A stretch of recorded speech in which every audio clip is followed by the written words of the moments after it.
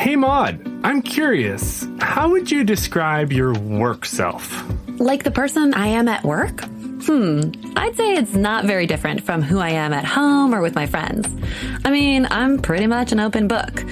But still, I definitely have some secret chapters that people I work with do not need to see. That sounds about right. I mean, technically, I'm your coworker in creating and co-hosting Green Flags, right? But I definitely don't feel like I know only one side of you, like some cardboard cutout. No, definitely not my style. How about you? Well, let's see. Earlier in my career, I do feel like I created more of a divide between my self and my work self.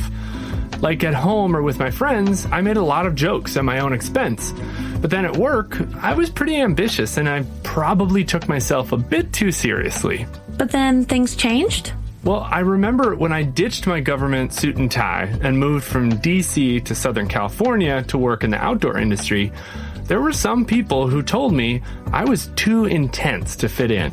That's an intense thing for those people to say to you. True, and it kind of hurt, but at the end of the day, I'm glad I heard it because I think they were right. And as I've gained confidence over time, my split personality between work and life has diminished. I've grown to see that vulnerability at work actually makes me a better coworker and a better manager, especially. Totally agree. The fact is, most of us spend more time every week interacting with our coworkers than our own family or friends. So you gotta open up a little bit and let your personality shine at work. But how much is too much? And how should your manager be helping you figure this all out? That's exactly the question we'll answer today. Because you've probably heard the phrase, bring your whole self to work, right? And that sounds pretty great if you work in an environment where it's safe to be yourself. Oof, I'm sensing a red flag here. But it turns out there are green flags that can help us all better determine the parts of our whole self to bring to work. Welcome to Green Flags, the podcast about the quest for a better business model, one that puts humanity at its core and makes companies more profitable as a result. I'm Maude Standish, futurist, innovation consultant, and executive producer at Odd Media. And I'm Adam Fetcher. I've spent most of my career helping companies define their values and turn them into meaningful action. And I'm the Senior Director of Communications and Public Engagement for New Belgium Brewing Company. So, first off, congratulations, Adam.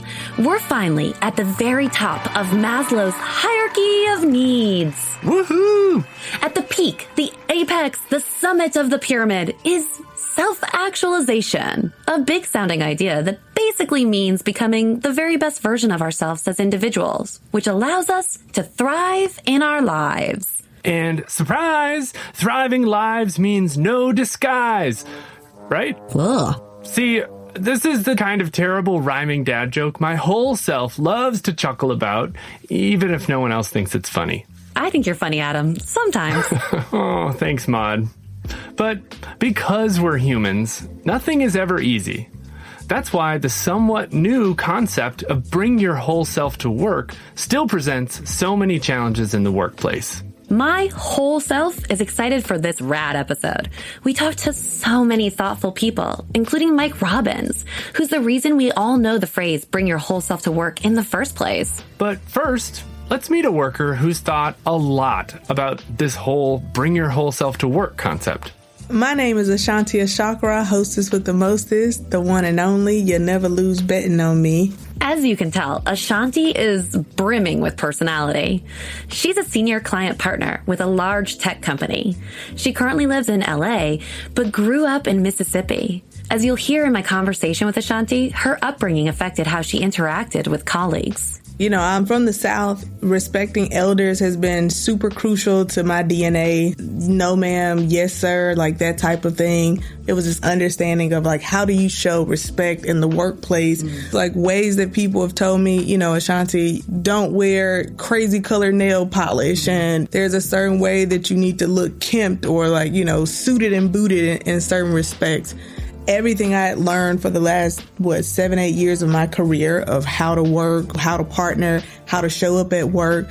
Don't put pictures of your family on your desk or somebody might take them out. Some of these... Take them out? Like take the pictures out or take the family out? No, take the family out. I mean, listen, I've worked in a lot of different regions. And in New York, I was just like, wow, I asked around originally, like, why didn't anybody have like pictures of their family on the desk? And there was this assumption that we don't want anybody to know our loved ones so that no one can blackmail us, or, we don't want to be judged as being a working mom or a working father, and we don't want anybody to make assumptions about us. So like your personal life is like collateral that could be damaged. Exactly. Too. Used against you in some type of way. And so I picked up along the way in those environments, you show up as the person that you needed to be. You needed to chameleon into your best self, and no one needed to know really your background. So I personally did a lot of masking until that was really turned on its head, especially in the wake of COVID. And I realized that, man, like so much of myself, I had operated in pretend mode to the point of exhaustion and having to understand that the only way that I could find just self-balance was to hone in on this idea and concept of absolutes. Like, who am I? What are my values? What do I represent? And I need to be that full person as much as possible. And so the idea of like bringing your whole self to work, it seems it was like almost in protective mode before. And what does bringing your whole self to work mean today to you? Like, what does that look like? Man, I've harped on this a lot, right? I think to see this sort of new world order of people living out loud, being unapologetic, showing up as themselves, right? And like, I don't think that there's ever a mode where I'm like, okay, you got to show up as your complete whole self. Right. But what I have reimagined is this idea that it's about how to protect your own mental space and boundaries. Right. And then even to think about, some of the greatest inspirations of my career, thinking about somebody like Steve Jobs and the importance of taking the focus off of what you are physically wearing so that you can use your mental space for other things, and understanding the relationship with hair as a Black woman, like how much impact it could have just by switching up a hairdo every 2 weeks. I will say, life has gotten a little easier, and I think most folks are starting to get the hang of respecting people's boundaries. But there's still things I'm self-conscious about. I mean, thinking about myself from a leadership perspective, what does that mean to show up? Like, can I wear spaghetti straps? Like some of the TV shows I've been watching, I'm like, oh man, to be a power woman in a TV show, you got a corset on, your stomach's out, like you're chilling. But I think it's also interesting because it's like you're making a really important distinction, right? You are talking about bring your whole self, but you're actually saying, hey, like bring your authentic self, but not necessarily all of it. But then the other part of that, right, is it feels like for a long time, certain groups were told not to bring their whole self to work because they didn't look exactly like the groups that had been running the show. I mean, growing up with my mother and her hair journey of being fired from the school system by nature of having locks in the early 80s, and all going all the way up to like Mississippi Supreme Court trying to fight against this injustice with them quoting that her not straightening her hair proved that there was like bad hygiene. And so to represent herself with locks at that moment as an educator would be sending signals to children to not have like proper hygiene. Yeah. You know what I mean? But it was a learning moment to me that like people haven't been able to show up as even just a fraction of themselves without being punished, right? Yes. Like, early in my career, I was told that I couldn't say yes. You can't say yes because it sounds like you're too country, like slave talk. And I had to say correct. And to this day, affirming sentences, I make a decision to say yes or correct, you know, and it's a fine line. If you feel so inclined and believe so wholeheartedly, like my mother did, to leave a career path that she really enjoyed, to stand on what she believed, you know, I think that that's most important.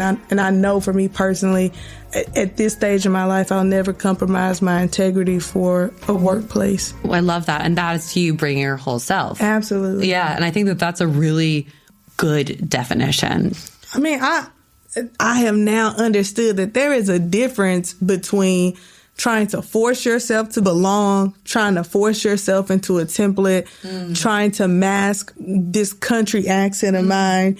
And there are still nuggets of that same sad, like scared person creeping into a work environment, not knowing everybody's temperaments. But now I just say, I believe and I have confidence so much into who I am as a human that I know that I can show up as a professional, show up confident that like I ain't here to hurt nobody, and I come in peace. That was a great discussion, Maude. When you and Ashanti reflected on the fact that bring your whole self to work is typically a philosophy espoused by people in power. Obviously, there are going to be some hidden standards in there based on biases. Like, if you come into work as a Black woman, the expectations set by those in charge might not line up with your definition of whole self.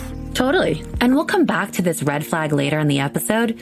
But right now, let's take a step back and revisit where the notion of bringing your whole self to work came from in the first place.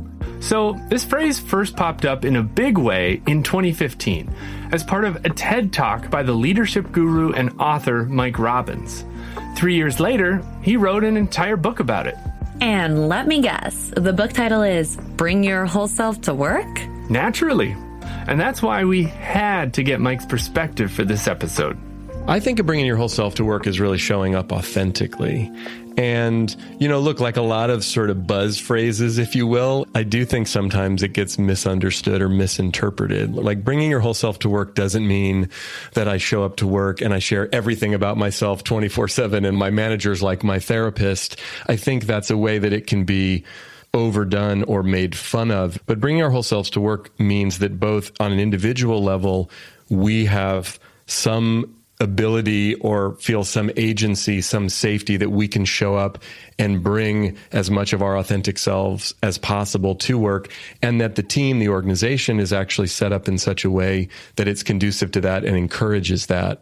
And I'm wondering if you can tell me the story of how you became so passionate about this work that you've done over the past couple of decades.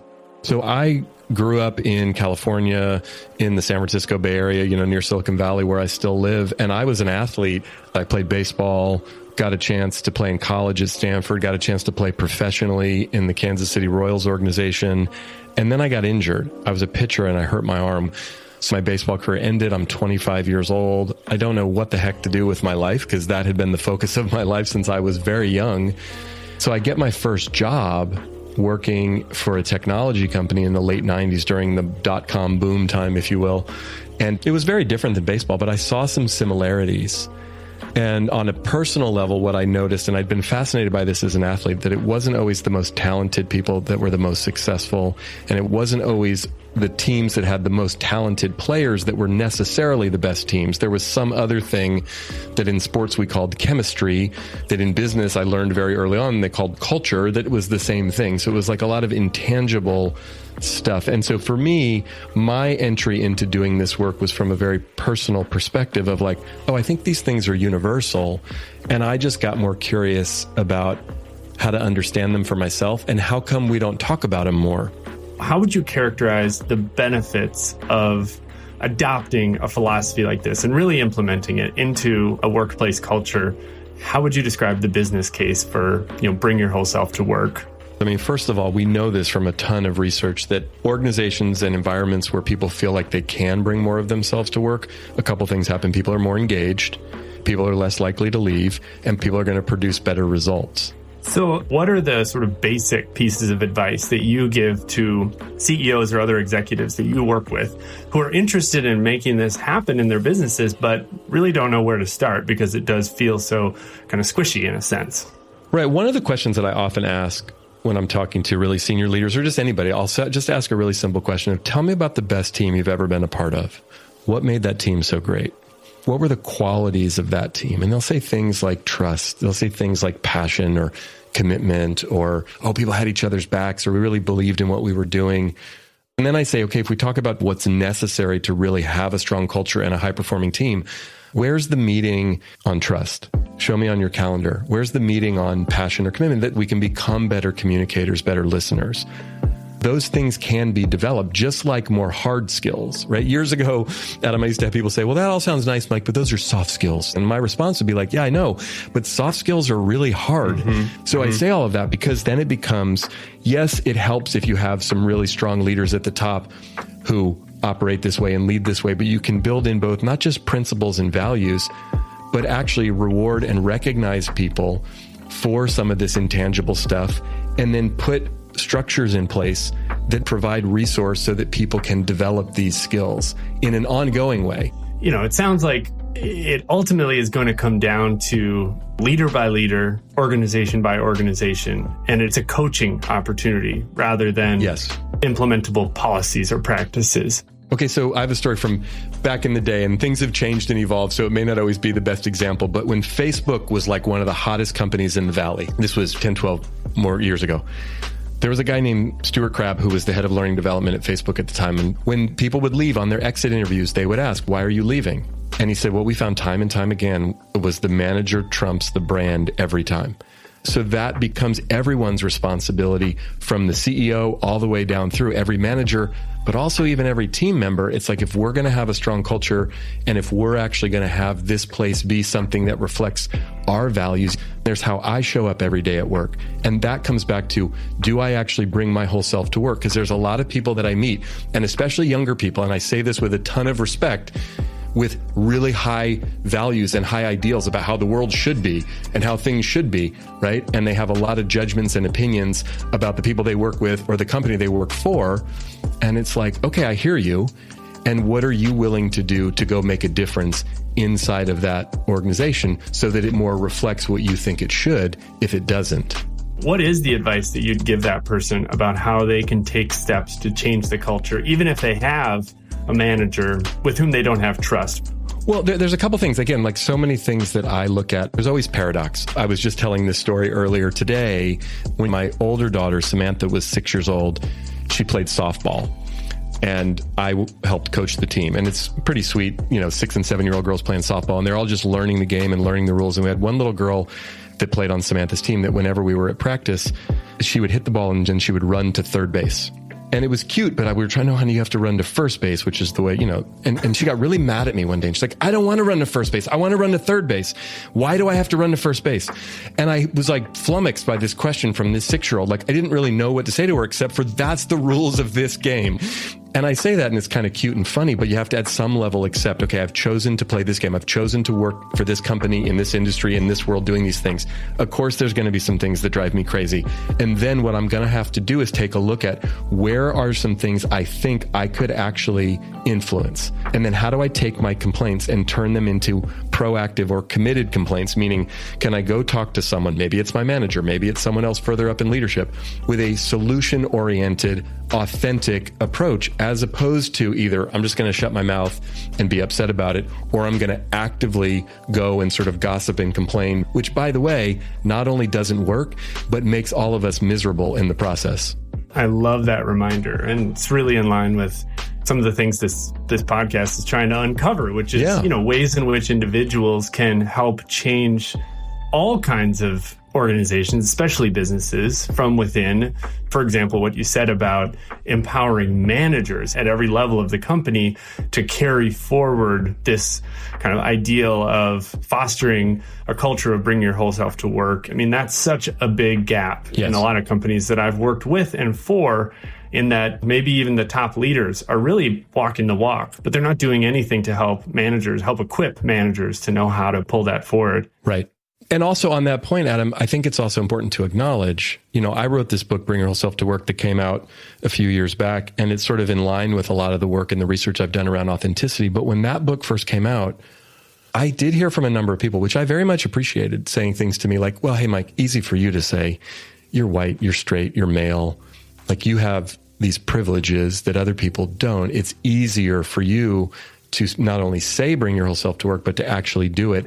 And it wasn't that I wasn't aware of that, but it is important to acknowledge that it is easier for some of us, not simply just based on our race and our gender and our orientation, although that can be part of it, but a more senior person in an organization, someone who's more established, might feel a certain level of safety because, hey, what are you going to do? Like, I'm in charge here. I can do and say what I want.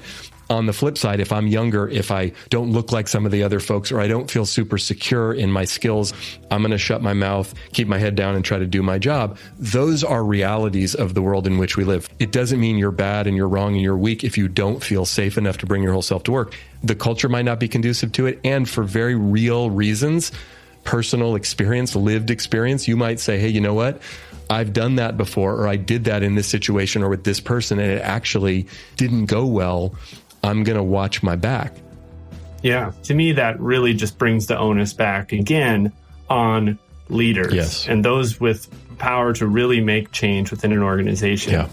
And so I'm curious, what kinds of questions would you advise a manager to ask the coworkers that they manage in order to help foster that sense of confidence and bringing your whole self to work? Right. I mean, I always think about one of the best things that leaders can do to start is be willing to what I call lower the waterline on their iceberg, which is kind of a metaphor that I use for being vulnerable. So the natural human response to vulnerability is empathy.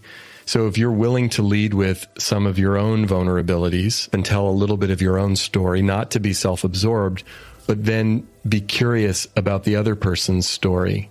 I mean, some questions that I often will, on a more practical level, encourage managers to ask is, hey, what really fires you up? What really motivates you? On the flip side, what really stresses you out or pisses you off? Like, as your manager, what are things that I can do and then not do? Help train me on how to be the best manager for you. But what people want more than almost anything is to know that they're valued and that they're cared about. Managers come to me and say, I have to have this hard conversation, or I have to give this feedback. And my response is often, how appreciated does the person who you have to have the hard conversation with feel from you? Now, you can't know for sure, but do you get a sense this person feels valued and appreciated and seen by you? Because if they don't feel valued, guess what? They're not going to listen to your feedback, even if it's super spot on. Mike Robbins is super impressive. I lost count of the number of green flags he served up in that conversation. Yeah, it was really fun to talk to him because he approaches this topic with such a honest sense of humanity. And as you said, he offers green flag after green flag. Mike also told me that one great way to practice being more vulnerable is simply to ask for help, especially if you're in a role of positional power. Because then you're modeling behavior and you're also making it socially acceptable for other coworkers to ask for help themselves. And hey, you're also getting some much needed help. Yeah, and Mike offered one more great reminder. The answer is always no if we don't ask, right? Just kind of channeling Michael Jordan, you miss 100% of the shots you don't take. And he said asking for help is also important because people feel better about themselves when they have an opportunity to assist others. I mean, I certainly know I do. That's a win-win if I ever heard one. Speaking of winning, our next guest has become an influential voice on corporate workplace culture. But he's not exactly writing op-eds in the Wall Street Journal. Instead, he reaches millions of people a different way. I'm Chase Coleman, also known as the Corporate Chase on TikTok and Instagram. I do corporate comedy / corporate advice, and it's a lot of fun. Chase's gig as a content creator is part-time because he also works in marketing at Amazon. And in the past, he's worked for other big companies like Nestle, Starbucks, and Nordstrom. His most popular videos call out the red flags of corporate America. Which, of course, is a topic we know all about. So Chase lives in LA, and that's where Maude met up with him. She started by asking, what does he think of this concept of bringing your whole self to work? Red flag? Or maybe shades of green? I actually think that's a green flag. And the reason I say that is because most companies that say bring your whole self to work take it very seriously. However, that it does come down to the manager at the end of the day, right? When I first started working at Nestle, I had a buddy mentor who pushed me to start wearing tennis shoes to work because I love shoes. Yeah. And he was like, bro, wear whatever you want. Like, no one's judging you. And it made me feel more comfortable, made me show up more as my full self. And then I started becoming more and more me, telling jokes at the beginning of meetings and just kind of being a little bit more playful. There's some managers out there who will say, bring your whole self to work. But the moment you complain, they're like, whoa, you need to go talk to somebody. Yeah. I've also had past managers at other places who have told me, you got to just suck it up. Like, for example, I had surgery back in 2018-ish. I've had 3 hernia surgeries. Oof. So this is my 3rd one. and they cut into my stomach. So I couldn't literally get up. Like I was like bedridden for a week. My manager at the time texted me and he was like, hey, so when are you coming back into the office? And I was like, the moment that I could like do a sit up, right? So I go into the office a little bit early. I'm struggling to sit down or to even stand up from my desk. And everybody who comes walking by is like, Chase, you need to go home. What are you doing? You know what I mean? But at the same time, that company that I was at also said, take care of your whole self. We want you to bring your full self to work, blah, blah, blah, blah, blah. Now, you're going to run into things that are always going to be red flags at every company. There's no such thing as a company that's all green flags. Yeah. I'm curious if you'd be willing to share boundaries that you have that you kind of set up with employers and also just how you set them up, you know? Yeah, I would say I sucked at it when I first started my career. I used to work ridiculous hours, and it was because I made that happen. You know, people would push tasks onto me and make me do things because they knew I was going to say yes. I was never going to say no. What I do now is when I first start a new job, I just got a new manager literally this month. I had a very honest conversation with her to let her know this is how I like to work.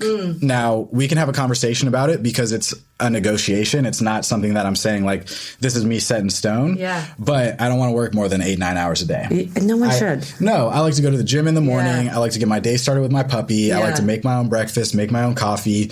That's how I like to start my day. If I'm going to have a good day, it's got to start off like that. And I just kind of told her, like, I'll log into work around 8 o'clock. That's a very reasonable time to log in. Very reasonable. Very, very reasonable.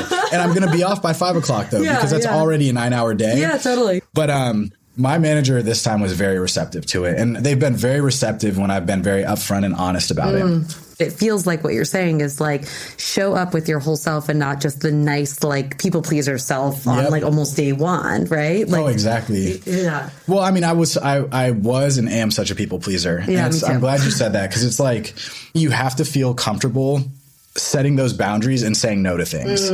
I'm curious if you've ever seen like whole self be brought to work and go like terribly wrong. I know I have, and I'm just curious if you've seen anything like that before. Yeah, I have. When I see it go wrong is when people are almost too overtly themselves to the point where it's like, it's almost like they overcompensate, talking a lot with your colleagues and telling them all the tea about your life and telling them like what's going on within your relationship or, you know, what's going on within other people's lives that may not be your place to play. And I've seen that go wrong in so many different ways, right? Or you're way too social. Like, what are you like? Do you actually come into the office and work? You know what I mean? Totally. Like, and we've seen your productivity levels decrease because you can't focus. You can't. I mean, I saw so many people like that when offices were still a thing. Oh, like, my Lord. I was like, do these people ever work? Like, what are they doing? Literally. I mean, I made a video recently where it was like, if you want to look busy in the office, walk with a purpose. Like, put your head down, walk fast, even if you're going to the bathroom and people will think you're busy, right?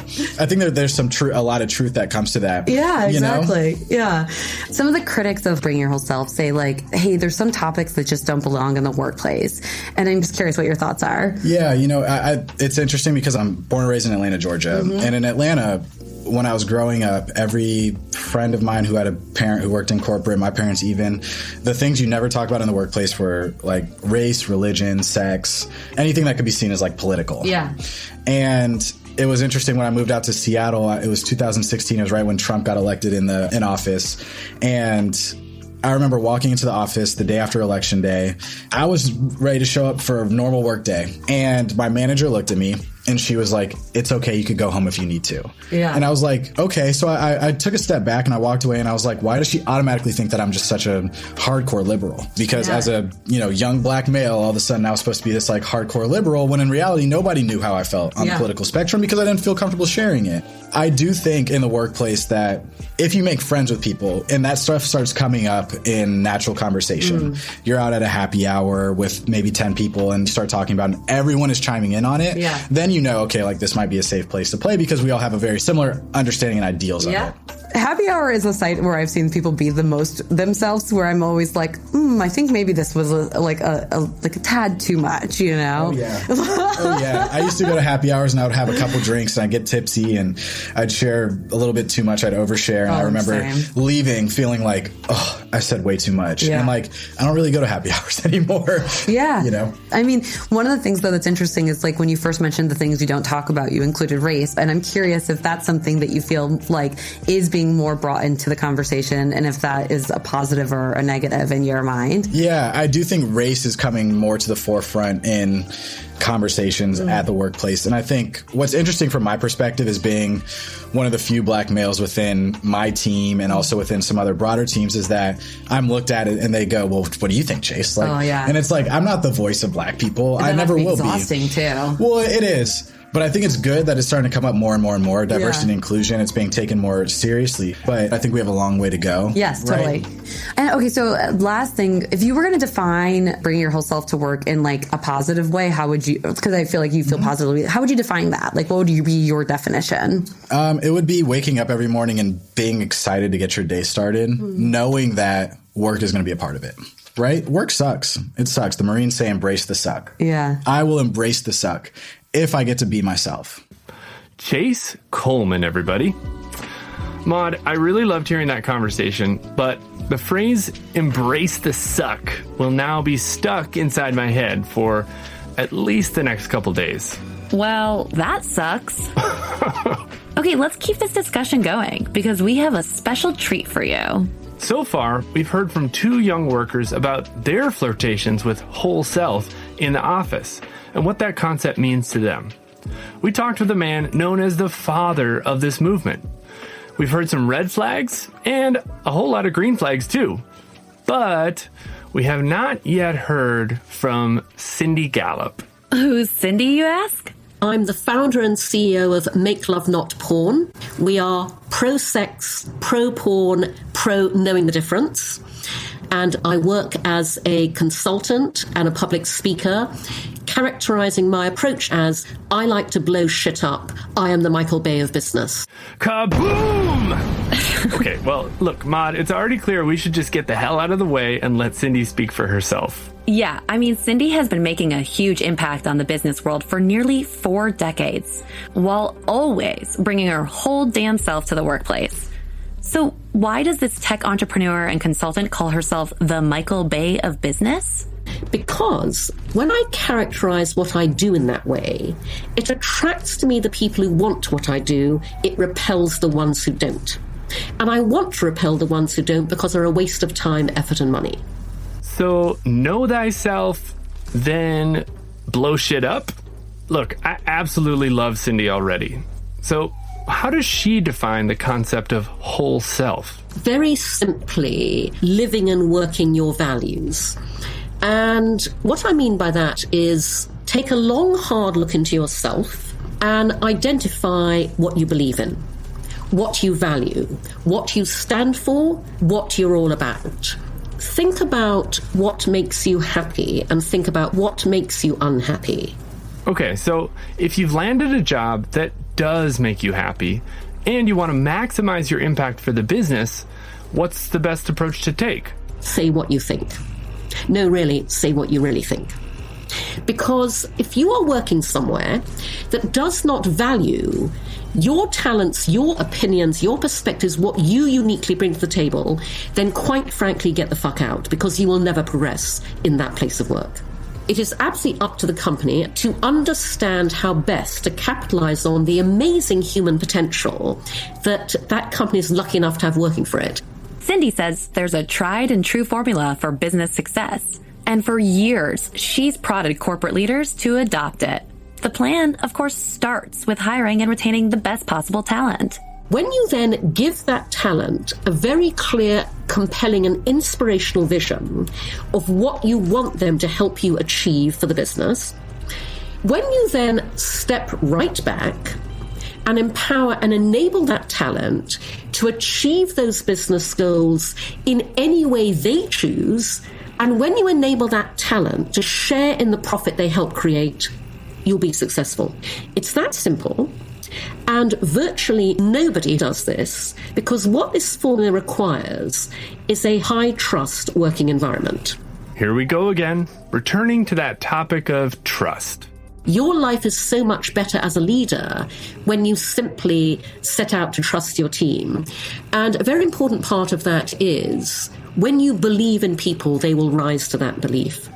All right, Adam. Cindy Gallup brought us home in style. which frankly I knew she would because it was seeing her speak at South by Southwest years ago that really inspired me to start bringing my whole self to work.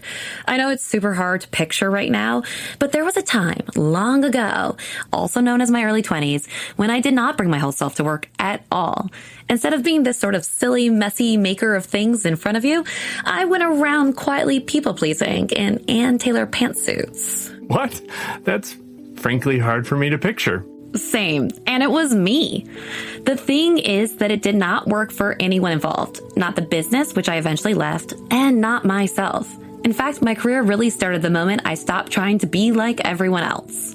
But enough about my past and Cindy's awesomeness. It's time to take a look at the red flags and green flags that we discovered in this episode. Let's start with the red flags. First, it's good to remember that leaders mean well when they say, bring your whole self to work. They want to be supportive or be an ally. But as we learned from Mike Robbins, too many companies lack reliable ways to train and support managers in learning how to foster a healthy environment. Another red flag, as Chase and Ashanti pointed out, bringing your whole self to work can be a loaded mandate for marginalized communities because sometimes assumptions are made. Right. I mean, whole selves may look different than you expect. So it's just better to be honest about where the lines may be and work continually to overcome bias. And for those of us not in leadership, think about Ashanti's comments about knowing where a person's coming from and not making assumptions before you start a conversation they may not want to be a part of. Another red flag? We learned it's okay to have fun with your evolving whole self at work self. But our guests also cautioned not to be one of those employees who reveals too much of themselves. Mental health is critical, and you should absolutely expect your employer to give you time to take care of yourself. But your coworker is not your therapist, and your supervisor isn't either. Finally, we learned it's best to think twice before speaking out about your political, religious, or social viewpoints. That said, if they're aligned with a strong company culture around, say, environmental protection, then it might make sense. And I'd be remiss not to say that going back to the pratfalls of oversharing or inappropriate behavior, you might want to watch yourself at happy hours. We do not need to see your whole drunk self, right? No, I don't even need to see my own drunk self. Okay, let's move on to the green flags. So first, there's definitely a business case to be made for allowing coworkers to bring their whole selves to work. As Mike Robbins told us, research shows that when people feel comfortable, they're more engaged, they produce better results, and they invest themselves more in the success of the business overall. And they're also less likely to leave and find another job elsewhere. And look, losing talented people and then working for weeks or months to replace them is extremely costly for the business. Also, all our guests reinforce the importance of making sure your coworkers feel valued and appreciated, and they trust their managers. Companies need to put intention and resources towards creating connection points with all the people managers train. I also liked Mike Robbins' advice for companies to establish guardrails for acceptable behavior within the confines of bring your whole self to work. As Mike put it, you can't run straight to third base in a softball game and not be called out. Certain things like proselytizing your religion or wearing just your underwear to work are probably still not acceptable in most companies. Also, it helps to have regular communication with employees about what worries or annoys or excites them. This helps to build trust and show you really care about your coworkers. Another thing that helps to build trust and respect? Supervisors and executives can, quote, lower the waterline on their iceberg, as Mike put it. In other words, show some vulnerability. And when possible, let workers have flexibility in their work schedules and work environments, whether they want to work hybrid or remote, so they can flow more gracefully and happily between their whole selves and work selves. As Chase suggested, supervisors should talk with employees and come to an agreement on setting personal boundaries. At New Belgium, we're pretty well known for having a great culture. But the reason for that is that over 3 decades, we've approached culture building with a lot of intention. We often use the metaphor of a garden that requires constant tending, and gardens never stop growing or evolving. For example, we sometimes struggle with what can feel like a chicken and egg situation between creating safe spaces and fostering brave voices, and which one comes first. And I think the reality is it all has to happen together. Whether you're a manager or an individual contributor, take some of these philosophies we've been discussing today and reflect on your own approach. Then apply what you can on a daily basis going forward. And remember, it's okay to ask others for help. In fact, it's really good. All right, Adam, we've reached the top of Maslow's hierarchy of needs. What do you think of the view up here on the fifth and final tier of the pyramid? Ooh, well, the wind is blowing and the birds are singing and I feel self-actualized. I mean, this conversation we had really did help me get closer to the best version of myself, at least in my brain. Well, now it's time for that best version of yourself to get back to work. This is work. What are you talking about? But luckily, it's been fun, too. It's fun work, and that's the best kind. And you know what, Maude? It's been great collaborating with you on this project. It's been so fun, Unicorn Buddy. This is Green Flags. I'm Maude Standish. And I'm Adam Fetcher. Don't forget to follow us on your favorite podcast app and give us a 5-star rating. Thanks for listening. Bye, everyone. Hi, I'm Harder, and I've been a coworker at New Belgium Brewing since 2021. I serve as the Beer and Merchandise Coordinator in the Asheville Liquid Center, and I'm here to give credit where credit is due. Green Flags is a co-production of Odd Media and New Belgium Brewing. This episode was written and produced by John Haas and Maude Standish with help from Adam Fetcher. Post-production for Green Flags is provided by Talented Friends, Inc., with original music and sound design by Jason Reimer. Our executive producers are Maude Standish, Russell Sansgary, Adam Fetcher, and Sean Belangi. Our communications guru is Megan Olson. Creative support from Zoe Evanitis and Kelsey Ireland. Special thanks to those who lent their voices to this episode, including Ashanti Ishikara, Mike Robbins, Chase Coleman, and Cindy Gallup. Thanks also to Dana Kelly, Abby Zarnicki, Laura Smith, Celine Wright, Steve Fetchheimer, and all the co-workers of New Belgium Brewing. You can find Green Flags on Spotify, Apple Music, Stitcher, or wherever you listen to podcasts. Thanks for listening.